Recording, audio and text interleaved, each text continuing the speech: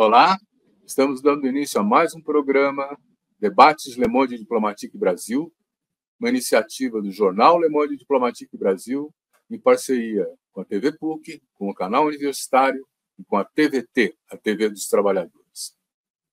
Como não podia deixar de ser, nós vamos tratar da calamidade que se abateu sobre o Rio Grande do Sul, sobre as cidades mais importantes, a inundação de Porto Alegre e o que acontece com todas essas famílias que estão desalojadas, tiveram que sair das suas casas, perderam tudo, perderam seus móveis, perderam suas roupas, pode ser que tenham perdido, inclusive, a sua casa, não é? E estão sujeitas a uma precariedade enorme, por falta, inclusive, de uma insuficiência do poder público para poder atender essas emergências. De toda forma, foi estabelecido um auxílio-calamidade. E é sobre esse auxílio-calamidade que nós vamos tratar hoje. Para isso, nós convidamos a Dona Maria Tugira. Dona Maria Tugira, ela é do coletivo das catadoras do Rio Grande do Sul. Muito obrigado, Dona Maria, de poder estar aqui com a senhora, para poder ouvir a sua história, o seu relato. Também temos aqui o José Antônio Moroni. José Antônio Moroni é filósofo, ele é membro do colegiado de gestão do INESC, uma importante ONG brasileira, que também atua nessa frente do auxílio-calamidade, está sempre analisando as políticas de governo, né, sendo uma voz da sociedade civil para fazer a crítica às políticas públicas. Muito obrigado, Moroni, também, por mais uma vez estar aqui com a gente, né? E nós precisamos tratar, de fato, um problema emergencial. Os jornais de hoje dizem que ainda há 650 mil pessoas em situação precária, em abrigos, em Porto Alegre. Imaginem nas outras cidades como está. Dona Maria, a senhora pode contar como é que ficou a situação depois da enchente? Boa tarde. Eu sou Maria Tugira, sou catadora.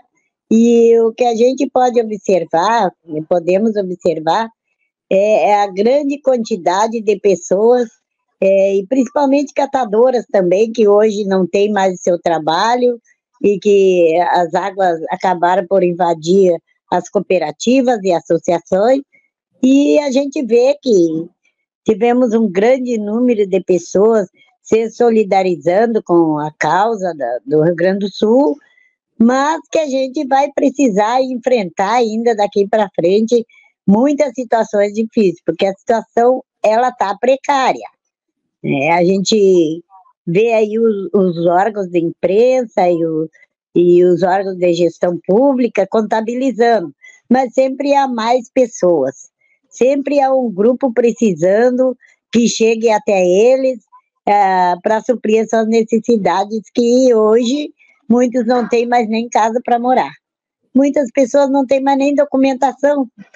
Então, a situação ela é bem precária, bem difícil. Eu acho que a gente devemos continuar unidos nessa luta na causa do Rio Grande do Sul, não só para as catadoras, nem só para os catadores, mas também para toda uma população que está vivendo numa sociedade, numa situação muito precarizada aqui no Rio Grande do Sul.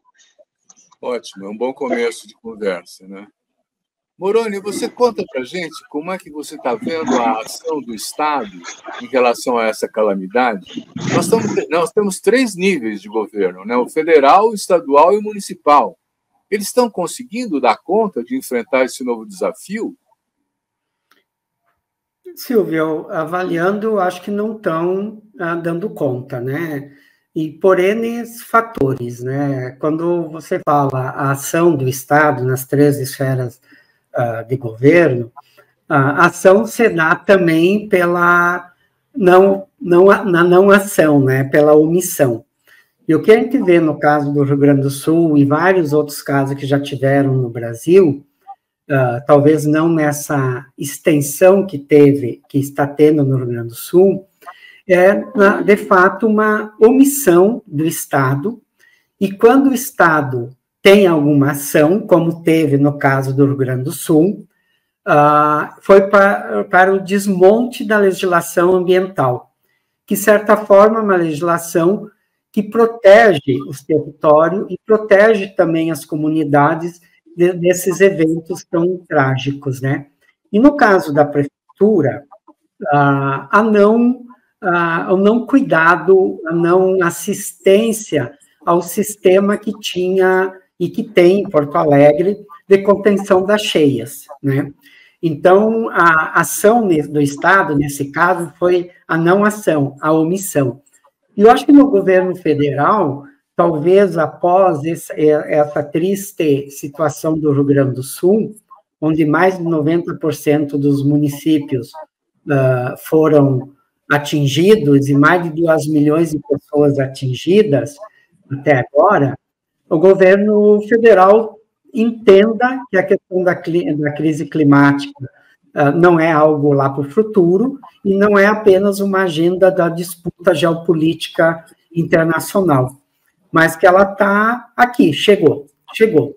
E o Estado tem que ter preparo, tem que ter estruturas, tem que ter políticas públicas para enfrentar essas situações, tanto na questão da adaptação como da mitigação, né? E tem também a dimensão que quando fala de reconstruir, esta reconstrução, entre aspas, não pode ser no mesmo patamar que nos levou a essa situação.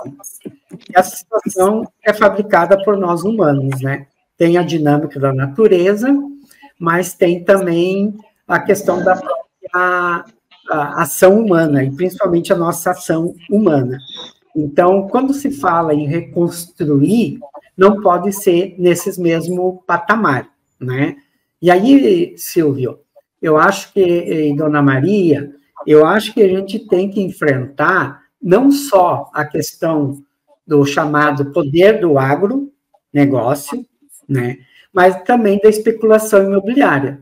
Se tu for pegar, por exemplo, Porto Alegre, a parte que teve essa questão das enchentes, boa parte era antigamente o banhado. O que é o banhado? É o mangue, onde o rio, nesses momentos de cheia, ele avançava. Foi aterrado pela especulação imobiliária e foram construídos shoppings, grandes prédios, etc., etc., né? Então, a reconstrução não pode ser nesse mesmo patamar. Dona Maria, na cidade que a senhora está, é na periferia que ficam os mais pobres? Eles estão sendo mais afetados do que os bairros mais ricos ou é tudo igual? Pegando essa fala do Moroni aí, aqui a cidade ela é rodeada pelo Rio Uruguai, né? E tem um bairro de periferia que tem muitas pessoas pobres ali, né, de baixa renda, mas como o Moroni falou sobre a especulação imobiliária, a gente tem ali grandes condomínios quase dentro do rio, construído praticamente dentro da casa do rio, né? Então a gente vê que não é só os pobres que são atingidos, né, nesse momento, né? Pessoas que têm um poder aquisitivo mais alto, que também, por vaidade, foram morar lá quase que dentro do rio, e também acabam sendo afetados. Então, de certa forma, ele atinge todas as camadas sociais do município. Dona Maria, eu vou continuar com a senhora.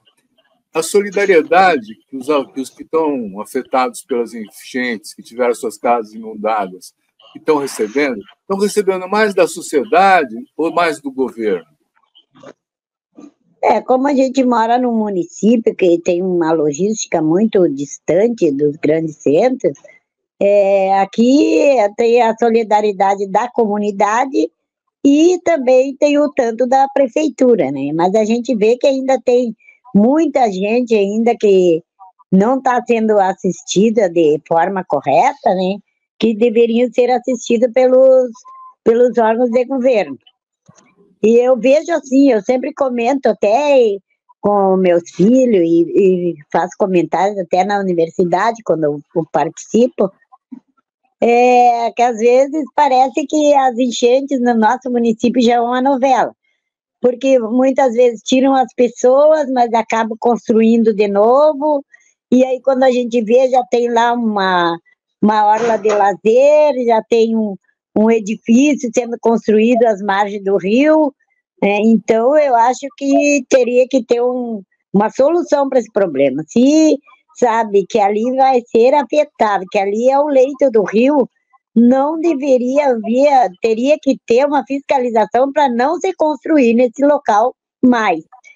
Teria que ter uma solução concreta mesmo, que não tivesse mais essa problemática de serem afetados pelas enchentes.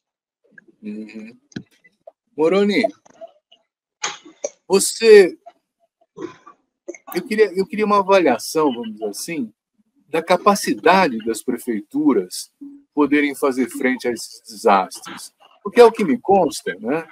Defesa Civil, bombeiros, verba de emergências, tudo foi muito contingenciado pelos prefeitos. Eles preferiram botar o dinheiro em outro lugar, não é verdade? Com certeza, Silvio. Eu acho que a questão emblemática do Rio Grande do Sul, que não é só no Rio Grande do Sul, tu vê esses casos se repetindo em vários outros lugares no Brasil, seja com chuva ou com a seca, não nos esqueçamos da seca no Pantanal, na Amazônia, há 2 anos atrás, né? E outros episódios de chuva no Brasil, tem a ver, sim, com o papel do Estado, das prefeituras e também com as políticas públicas, né? É lógico que essas obras, para ter essa contenção da água que teve no Rio Grande do Sul, são obras de grandes portes. Então, precisa de bastante recurso para fazer isso, né? Isso tem que ser feito nas 3 esferas de governo, com aporte às 3 esferas de governo. Mas, assim, pegando a fala da Dona Maria, emprestada aqui, Dona Maria, é o leito do rio, né? Foi construído no leito do rio. Então, não adianta pensar qualquer obra de contenção se a gente não ter esse respeito pelo leito do rio, se a gente não tem o respeito pela dinâmica da natureza, né? Isso envolve, com certeza, projetos de sociedade, projetos de Estado. Nós vivemos num sistema capitalista e os Estados estão implementando cada vez mais políticas neoliberais, que retira do Estado esse papel da construção, vamos chamar assim, do bem-estar para todo mundo, bem-estar social, e passa a ter um papel quase como o fiador do mercado. E a gente percebeu isso, né, Dona Maria e Silvia, assim, nos anúncios que se teve, tanto em termos de prefeitura como de Estado, e também do governo federal, no início, foi para a questão de perdão de dívida, foi para a questão de novos empréstimos, e a gente sabe, assim, que para essas medidas são necessárias, não estou discordando disso, mas atende a quem? É para quem? A serviço de quem? Né? Então, o Estado, a primeira reação dele foi essa, né? O perdão das dívidas, negócio de juro, dívidas de financiamento para as indústrias, para o empresariado, para o patrão, e o povo, que perdeu tudo, né? Literalmente perdeu, como a Dona Maria falou, até documento, está sem documento. Daí vem o Estado, para conceder algum benefício, exige que se apresenta documento. Isso é maldade, isso é crueldade. E não é por acaso isso. Eles sabem que as pessoas estão sem documento. E para acessar alguma política pública, nesse caos que está, vão exigir documento. Sabe? Então, a lógica de funcionamento desse Estado, eu falo não de governo, mas do Estado brasileiro, é essa lógica de não efetivação de direito, não reconhecer o povo como sujeito de direito, daí o povo também não tem, às vezes, o conhecimento das políticas públicas, portanto, dos seus direitos a poder exigir, né? E essa dinâmica precisa ser rompida, né? E a gente sabe que para romper definitivamente isso, a gente tem que enfrentar o capitalismo, tem que enfrentar o poder financeiro, enfrentar o poder do agronegócio, da especulação imobiliária e tal. Mas tem coisas que nós não podemos ficar esperando que o capitalismo acabe, né? A gente precisa, agora, nesses momentos, também ter um Estado que atenda os direitos das pessoas, né? E isso a gente viu muito pouco, Silvio, muito pouco. Nós vamos tratar disso. Dona Maria, a senhora recebeu já o auxílio calamidade? A senhora conhece o auxílio? Como é que é? Não, senhor, não recebemos nada de auxílio calamidade, que, de certa forma, a gente foi atingida. A minha casa não pegou enchente, né? Mas o município tem ainda muita gente fora de casa, né? E a gente foi atingido indiretamente, por conta que as cheias, as fontes que caíram, a gente não pode comercializar o nosso material, então acabou também que atingindo diretamente todas as famílias que fazem parte da cooperativa, da associação. Mas, a princípio, até agora, a gente não recebeu nenhum auxílio calamidade. Esse pessoal está nas escolas, está nas igrejas, está em algum ginásio esportivo. Onde é que estão abrigadas essas pessoas que perderam a casa? Tem umas que estão no centro esportivo e alguns estão com barracas improvisadas na rua. E aqui quem abriga é o centro esportivo e uma escola que está desativada, que abriga as famílias. E alguns são nas casas de parentes ainda, e amigos, né? E tem muita barraca ainda na rua, e muita gente, muitas famílias morando ali. A água já baixou? Continua baixando ainda, lentamente, mas continua baixando. Mas ainda tem água? Ainda tem água, ainda tem casa embaixo d'água. Já tem umas 3 semanas isso, né? Já tem. Já tem. Aqui já está mais de 3 semanas já. O rio deu uma baixada e subiu de novo, veio com tudo, e as pessoas já estavam pensando em voltar para casa e tiveram que sair novamente. Moroni, quando você falou de que a gestão pública está olhando muito mais para o setor privado, para as empresas, do que para o povo, eu me lembrei que o prefeito de Porto Alegre, o Sebastião Mello, contratou uma consultoria internacional, que na origem é norte-americana, a Álvares e Marçal, que trabalhou quando teve o furacão lá em Nova Orleans, nos Estados Unidos, que destruiu tudo também. Aí essa empresa foi chamada lá para fazer a gestão da crise, né? E a primeira coisa que eles fizeram foi demitir 7.000 funcionários da educação e propor que os alunos do setor público ganhassem um vale para poder usar a escola privada, né? E ainda fechou as escolas mais na periferia porque diziam que não tinham bom desempenho. Essa é uma lógica privatista, é uma lógica de acabar com o serviço público, e a Álvares Marçal foi contratada pelo Sebastião Mello para gerir a crise de Porto Alegre. O que nós podemos esperar disso?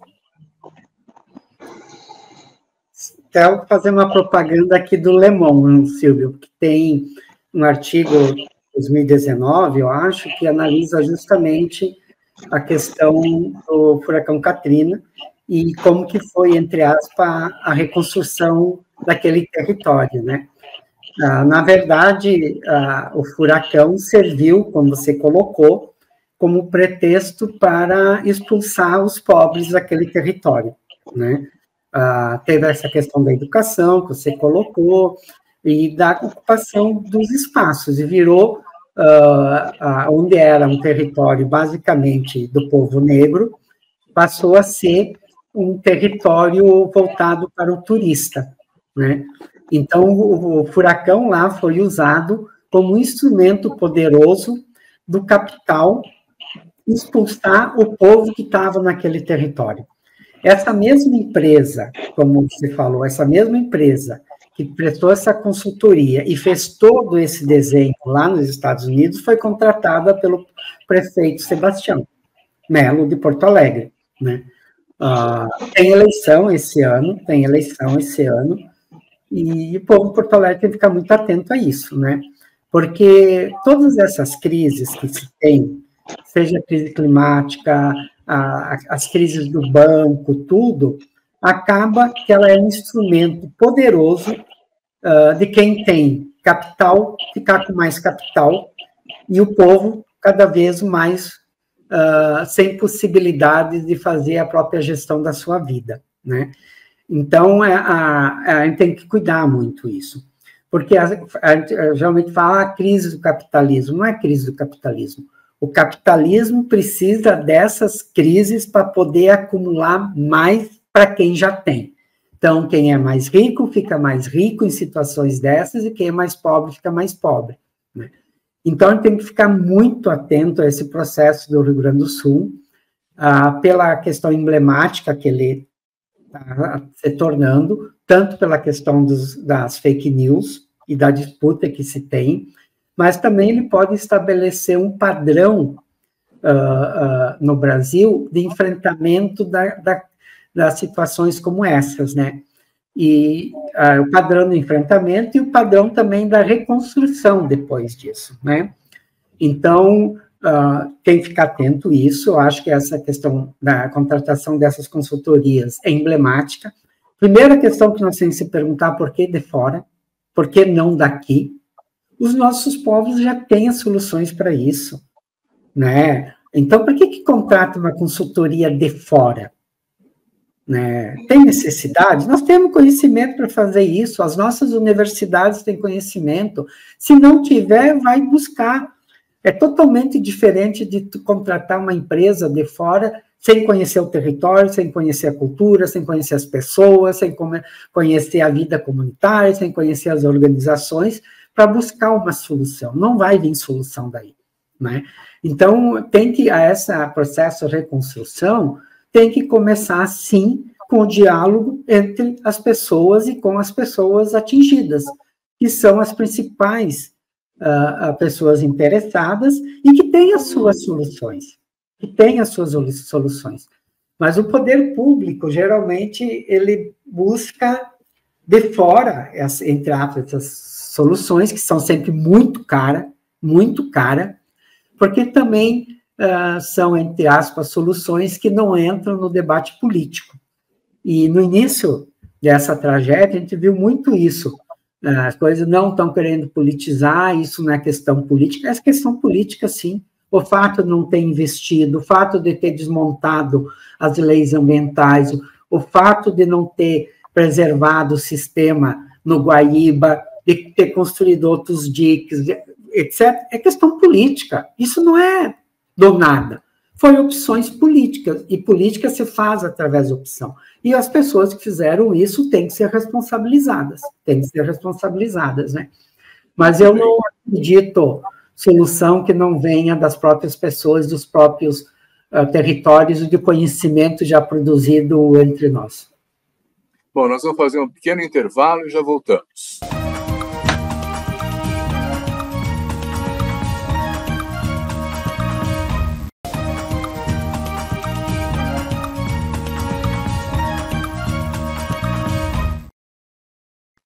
Maria, a senhora é de Uruguaiana, né? Está tendo protesto lá da parte dos moradores? Eu já vi alguma coisa acontecendo em Porto Alegre, algumas faixas, algumas manifestações. Mas está tendo protesto lá contra o governo, contra a prefeitura ou não? Aqui não tem. Até agora não tem nenhum movimento de protesto aqui.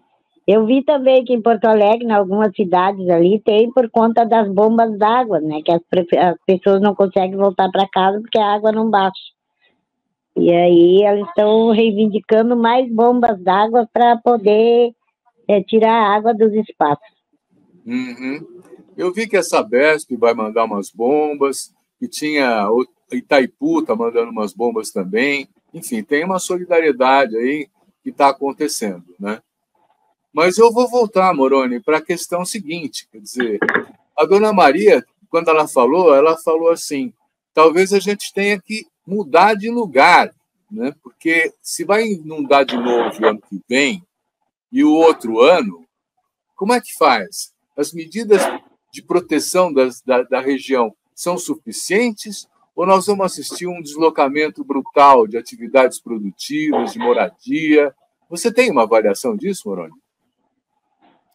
Olha, acho que é difícil ter uma avaliação ainda do impacto de toda essa tragédia, né? Porque, assim, conversando com várias pessoas, amigos, que eu sou gaúcho, mas estou um tempo fora, né? Mas conversando com amigos meus que estão lá, eles dizem assim, olha, mesmo se quisesse, não tem como reconstruir muitos bairros, muitas cidades menores no lugar que estava, né? Porque o que aconteceu? O rio é um canal de onde passa a água. A natureza criou esse canal. E tem a parte que é meio do escoamento de excesso da água, né? Que é o que a gente chama de banhado, brejo e outros nomes, né? Só que com a quantidade de água que teve, e com todo o problema, questão ambiental, desmatamento, etc., esse canal do rio encheu de terra. E aonde tinha 5 metros de profundidade, hoje tem 2, hoje tem 1. Então, esse canal, que é o rio, não, mesmo que volte a quantidade normal de água, né, ele não vai ter mais esse trajeto para andar. Ele vai continuar espalhando, né? Então, isso dá uma dimensão da questão de que fala da reconstrução também, né? Que não tem condições de reconstruir nos lugares que estavam, né? Mesmo, entre aspas, se quisesse, né? Um outro aspecto também que envolve, por exemplo, a agricultura familiar, né? Além de ter perdido a casa, maquinário, criação, porco, vaca, a ovelha, que muitos criam no sul, as galinhas, etc., né? Perdeu a terra, porque a chuva, nessa fúria toda, lavou a terra. Então, a terra produtiva foi levada. Então, vai um tempo enorme para recuperar essa terra que ficou. Então, o impacto disso, do ponto de vista econômico, mas do ponto de vista da subsistência das pessoas, das famílias, é enorme, né? E eu acho que está sendo muito pouco, ao menos assim, que a gente acompanha dos governos, 3 esferas de governo, eu acho que está sendo muito pouco falado sobre como vai ser isso, como que vai ser feita essa reconstrução, né? Falou, por exemplo, das cidades provisórias, né? Que nada mais é do que organizar um pouquinho quem está fora de casa, né? Mas qual que é o projeto? Eu acho que assim, a gente tem que discutir, pensar qual que é o projeto daqui para frente, né? Como que você constrói cidades sustentáveis, realmente sustentáveis, como que tu enfrenta o poder econômico do mercado imobiliário, né? Como que tu pensa uma vida sustentável? E isso envolve também a gente repensar o patamar de consumo que a gente tem, né? Então, não é uma solução fácil, mas tem que estar sendo feito ir num caminho que nos leve a essa solução. O que a gente vê ao contrário, é desmonte das leis ambientais, é não ter orçamento para a questão climática, não ter as prefeituras não investindo em saneamento básico, o governo do estado não investindo em infraestrutura sustentável, porque tem uma lógica que é a lógica eleitoral, né? Daí, assim, O Rio Grande do Sul, Porto Alegre, passou por uma enchente em setembro do ano passado. As bombas já não funcionaram naquele período. As comportas também não. Passou a enchente e não foi feito, a prefeitura não fez o conserto das bombas, não fez o conserto das comportas. Que, no mínimo, pensar, não, na próxima eleição, que é esse ano, não vai ter outra enchente. Então, esse raciocínio dos nossos governantes, de ter o tempo, é o tempo do mandato, o tempo da eleição, tem que terminar, entendeu? Nós temos que ter governantes que tenham um olhar estratégico para o futuro, né? E com isso a sociedade se movimenta nessa direção. Isso que é a importância do teu projeto, né? Eu acho que a gente pode aproveitar essa questão emblemática do Rio Grande do Sul para realmente construir um projeto popular do Brasil, né? Em outro patamar, assim, que esse patamar não enfrentou racismo, não enfrentou a desigualdade, não enfrentou o patriarcado, cria essas crises onde as pessoas perdem tudo que conquistaram ao longo de muitos anos com esforço, com o seu trabalho, uma hora perde, e daí o Estado não dá a resposta, vai discutir o que vai ser feito, não pode ser. Tem algo muito errado nessa equação. Mesmo. Dona Maria, com toda essa enchente, saiu a água dos esgotos, encheu as ruas com sujeira, você tem animais mortos em decomposição em lugares assim que não deveriam poder, que isso não podia acontecer. Quer dizer, tem um ambiente muito favorável para a doença, né? E nós estamos com epidemia de dengue, nós temos outros problemas. A senhora está vendo essas dificuldades na sua cidade? Sim, aqui em Uruguaiana já tem vários casos de dengue. E também com outras doenças respiratórias, uma série de doenças também. O que a gente vê? A deficiência na saúde pública também. A gente está com muita deficiência na saúde pública. E aí o que acontece? Essas pessoas acabam tendo um atendimento precário e é onde aumenta a proliferação das doenças. Vem aumentando gradativamente a proliferação das doenças. E agora, ainda vai ter... Tem algum programa especial, alguma ajuda extra para cuidar da saúde nesse período da enchente, depois da enchente, ou está tudo parado? Está tudo parado ainda. Aqui está tudo parado no município. Está tudo parado. E a gente vê que não é só no município, a gente vê que muitas cidades que foram atingidas com essa catástrofe ainda está muito parada. E aí não é só questão de animais mortos, também até pessoas que ainda estão desaparecidas, que são encontradas, às vezes, nos rios, nas águas, em estado de decomposição, que é uma coisa muito triste que aconteceu aqui, né? E que a gente vê que tinha que ter um pouco mais de agilidade nessa questão da saúde e também uma ação maior dos governos, né? Do governo municipal e do governo federal e do governo estadual. A gente sabe que é muita gente, mas também que tem que ter uma ação maior. É muita gente que está desabrigada, é muita gente que está sofrendo com essa catástrofe. Mas eu acho que tinha que ter uma ação maior ainda, dos governos. Tinha que ter. Mas tinha que ter uma ação entrosada, né, Moroni? Eu não estou vendo o governo federal combinado com o governo estadual, com o governo municipal, fazendo as coisas juntos. Essa é uma questão, Silvio.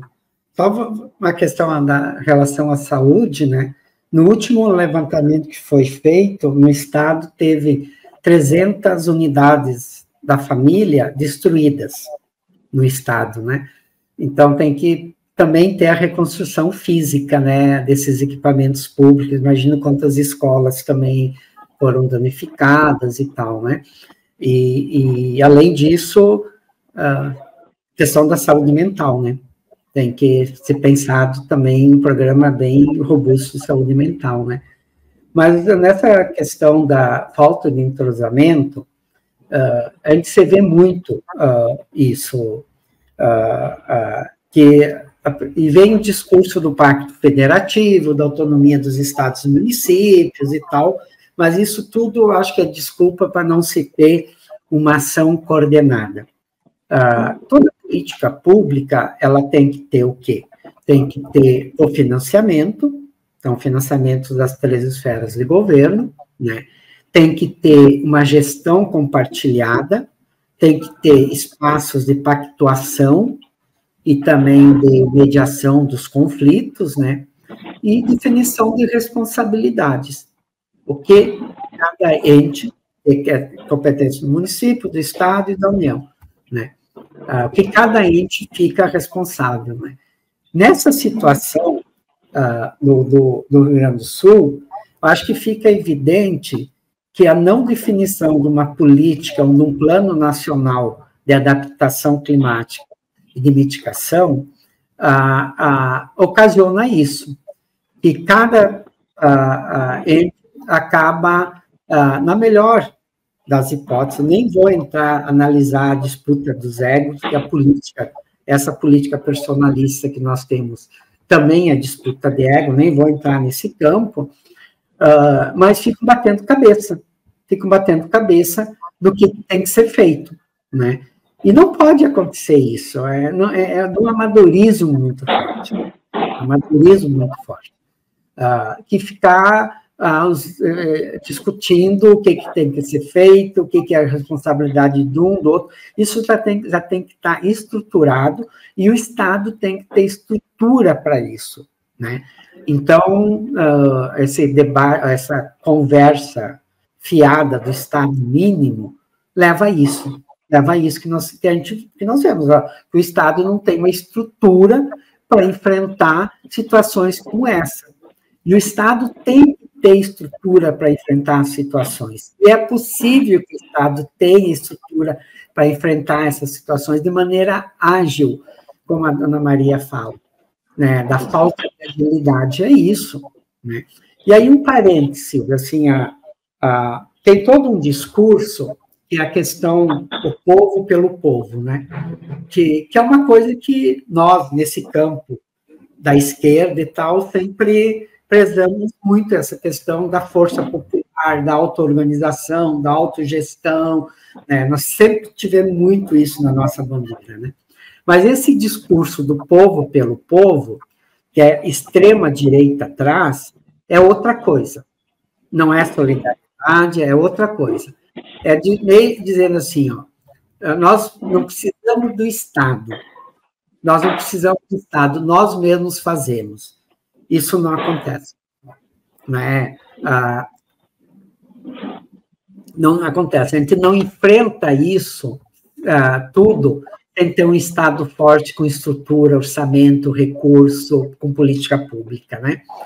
E isso, de maneira nenhuma, desmerece a questão da solidariedade. A solidariedade, ela tem que ser reconstruída e reconfigurada na nossa sociedade.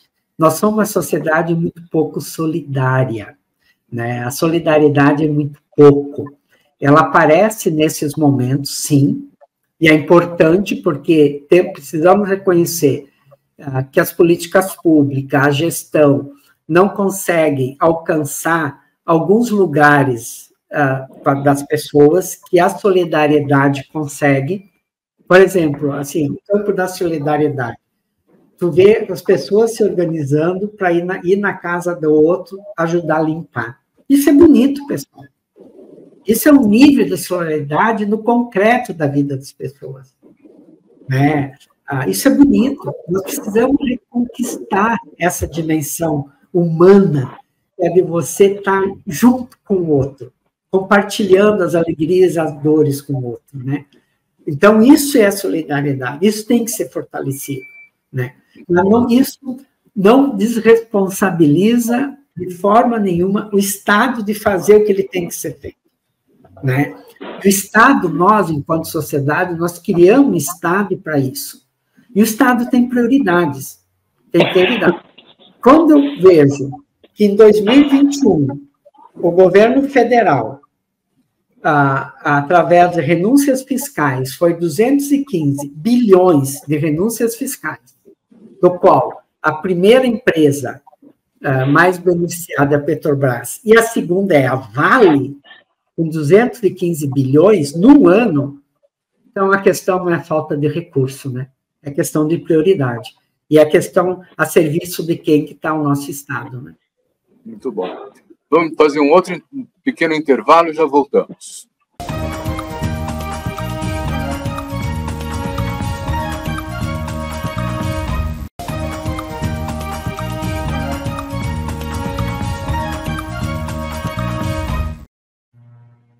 Dona Maria, a senhora faz parte do coletivo de catadores do Rio Grande do Sul, né? A senhora acha que o coletivo de catadores tinha que participar do planejamento de fazer a recuperação da área toda ou não? Com certeza, eu acho que o nosso trabalho ele é muito importante para a preservação ambiental. E eu acredito que a gente também, nós como catadoras e catadores, nós tínhamos que trabalhar junto e que participar desse processo de reconstrução. E para a senhora, o que é que o coletivo de catadores deveria demandar, exigir do poder público? Hoje a gente está pleiteando já, junto ao movimento de catadores e já conversando com o grupo de mulheres, a questão do auxílio emergencial, que num primeiro momento é importante para as famílias, né? Porque nós já somos uma classe invisibilizada que já não tinha nada, e que agora a maioria ficou sem nada mesmo. Então, seria importante, nesse momento, a gente ter uma oportunidade de dialogar com os governos para a gente poder também estar dando visibilidade para a nossa classe. Nós, enquanto catadores, a gente é um profissional de extrema importância para o meio ambiente, e com o nosso trabalho também a gente ajuda a preservar a natureza, mas aí a gente ainda é muito invisibilizado. Nosso trabalho parece que ainda os governos não nos reconhecem. Então, a gente já tem dialogado. Ontem teve uma reunião aí na UTC, em Porto Alegre, com o ministro do Trabalho, e aí teve participação das catadoras, apresentando alguma reivindicação também, mas que, a princípio, nada de concreto, a não ser alimentação básica. A gente sabe que isso é importante nesse primeiro momento, mas a gente vai precisar de muito mais para poder reconstruir as nossas bases, as nossas vidas e dar continuidade naquele trabalho que a gente vem fazendo há anos, há séculos. Dona Maria, vale a pena ter um candidato do coletivo de catadores para ser vereador ou vereadora na sua cidade, ou isso não vai mudar nada? Olha, vou lhe dizer uma coisa, eu já fui convidada por muitos partidos e estou sempre sendo assediada para que eu seja uma vereadora no meu município, mas eu penso assim, para mim ser uma vereadora, eu tenho que primeiro ter força política no meu município. Se for para mim sentar numa cadeira só para dizer amém aos projetos dos outros, né? Para dançar a mesma música daqueles que já são, que há anos já estão sentados naquelas cadeiras e passa ano e entra ano e estão lá. Se for para mim não ter uma força política de passar um projeto que realmente venha de encontro às necessidades do meu povo, das pessoas que sofrem, então é melhor não ser nenhum candidato, nem a vereador, nem a prefeito, nem a deputado, nem a nada. Quando decidir sentar numa cadeira, num parlamento, que seja para pensar no povo, naqueles menos favorecidos, naqueles que sofrem. Agora, se vai pensar só na política estrutural, então nem vai. Então fica... Valeria a pena se tivesse um projeto de vida que fosse... E tem que ter muita coragem para isso. Porque o que a gente vê? deputados anos após anos no mesmo cargo. Como eu digo, sempre mamando na madeira do governo, né? Tanto municipal, como estadual, como federal. E aí, quando entra um novo que não tem força política, ou dança a dancinha deles, ou então acaba se ferrando. Tá bom. Moroni, vamos voltar. Eu sei que você trabalha com o tema da plataforma da reforma do sistema político, né? Quer dizer, e aqui nós estamos vendo uma Câmara Municipal que não se pronuncia, inclusive. Quer dizer, eu não tenho percebido, pode ser que tenha acontecido, mas eu não tenho percebido nenhum tipo de crítica gerada pela Câmara Municipal, né, para a ação do Executivo, o que é, inclusive, uma das funções da Câmara. Né? Quer dizer, e a história que a dona Maria falou que mandato após mandato ele fica no mesmo lugar e tem gente que tem 6, 7, 8, 10 mandatos, né? Como é que você vê isso? E como é que a plataforma pensa a questão dos vereadores nesse ciclo eleitoral, hein? A resposta da dona Maria foi maravilhosa, né? Foi assim, acho que numa concepção política imensa do que é um mandato popular, né? O que é um mandato popular. Que a gente tem essa nossa política, quem fala da política estrutural, da política institucional, que é uma engrenagem, na verdade, para continuar as coisas sendo como são, né? A engrenagem é essa. A plataforma dos movimentos sociais por outro sistema político trabalha justamente como que a gente desmonta essa engrenagem, né? E um dos elementos que nós trabalhamos é a questão da representação, para não acontecer isso que a dona Maria colocou, né? A gente elege, às vezes, os nossos e as nossas, chega numa estrutura do qual não se tem, muitas vezes, o poder político suficiente, a força política suficiente para, ao menos, provocar fissuras nessa engrenagem, e as nossas representações passam a ser meio que reprodutoras desses sistemas, e passam a ser identificados como os sistemas e os defensores desse sistema, né? Então, essa engrenagem, ela precisa ser rompida, ela precisa ser quebrada, né? Isso se faz, sim, com estratégias de ocupação desses espaços, né? Mas não da mesma forma que sempre se ocupa, isso que a dona Maria falou, né?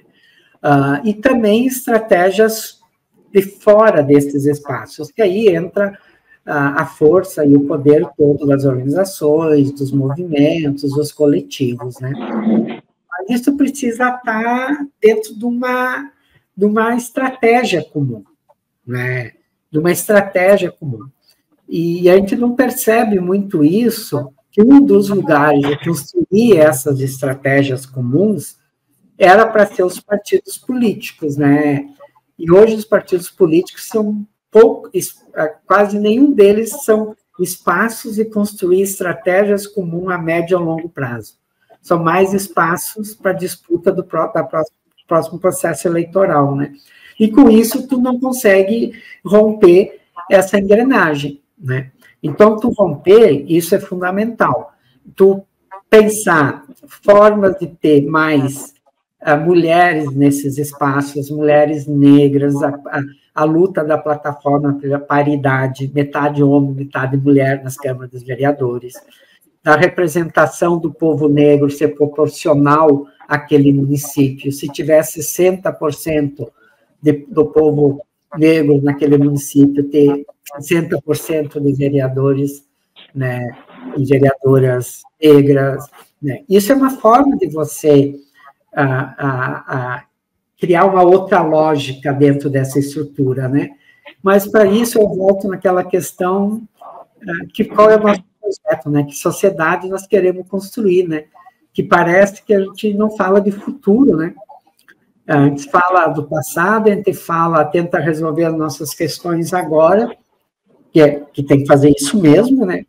Mas a gente não fala de futuro, o que a gente quer construir, né? Então, eu acho que essa dimensão da utopia, do sonho, de falar de futuro, que vai nos tirar daqui, desse lugar tão sufocante que nós estamos.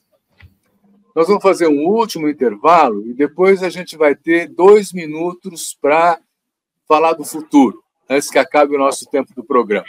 Vamos lá ao intervalo.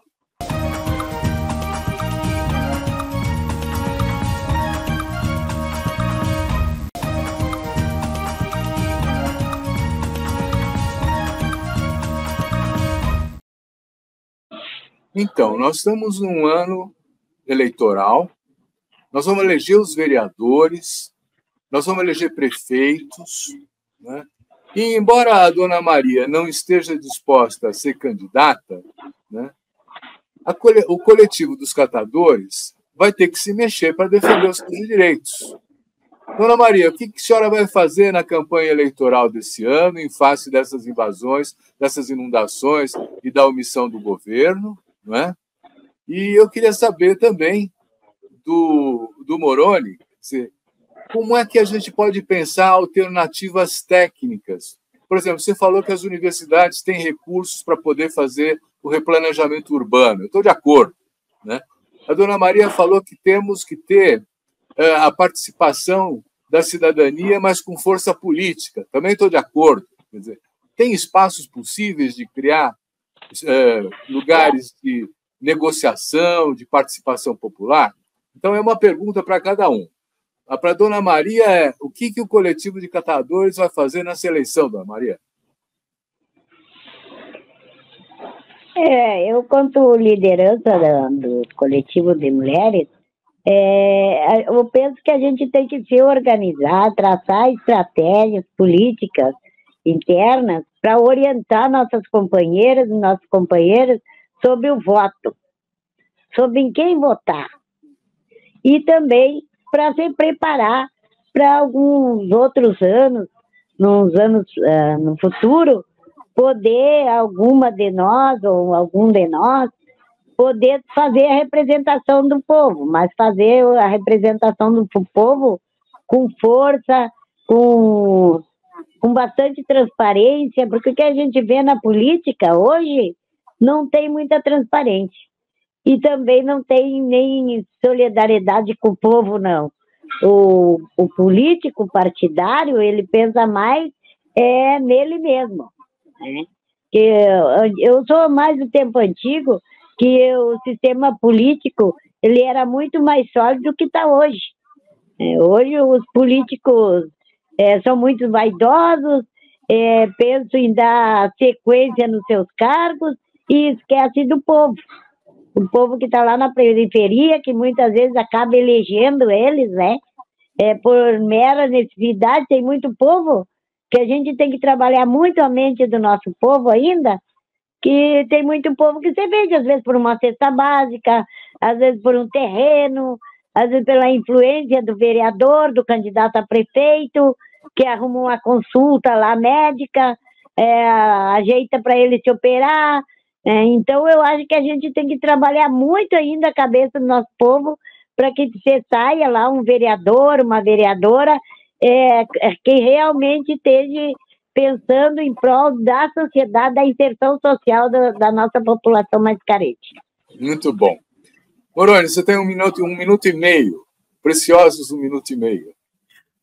Silvio, então eu vou fazer a propaganda da nossa campanha, que tem mais de 120 organizações, que é auxiliocalamidade.org. Você acessa o site e pressione o governo federal para instituir uma política pública de auxílio,